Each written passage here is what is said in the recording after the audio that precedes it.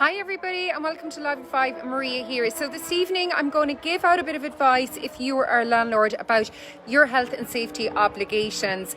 So as you can see, it's a gorgeous day here today in the sunny southeast and I've a load of cows sunbathing here in a field behind me. But anyway, getting back to your health and safety obligations.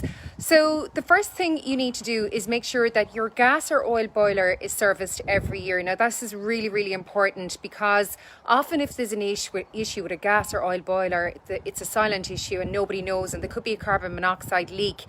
Now the other thing you need to do is make sure you actually have carbon monoxide alarms in every room where you've got an appliance, a gas appliance. So if you've a gas fire, if you've a gas cooker, you have the boiler, make sure you've got plenty carbon monoxide alarms and make sure they've got long battery lives because people often forget to change batteries.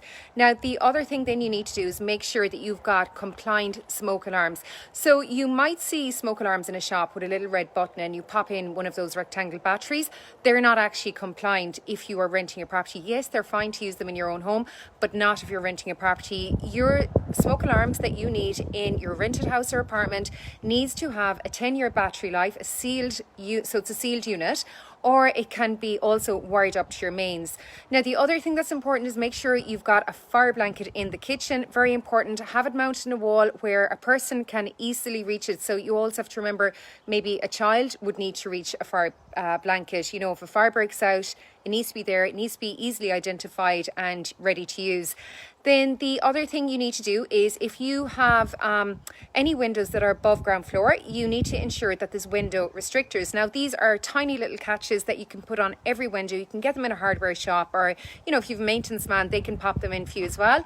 What it means is that the window can only be opened for a couple of inches, then it won't open out all the way. So that would prevent maybe a young person or a child having an accident, falling out a window, stuff you really want to prevent happening. So just remember, when you rent a property, you are also taking responsibility for the occupier's health and safety. So make sure you've all your checks and balances done and check these things out every time you do a routine inspection to make sure that they're current and that they're in place. If you need any advice from us, feel free to direct message me on this page. Have a great evening and thanks for watching.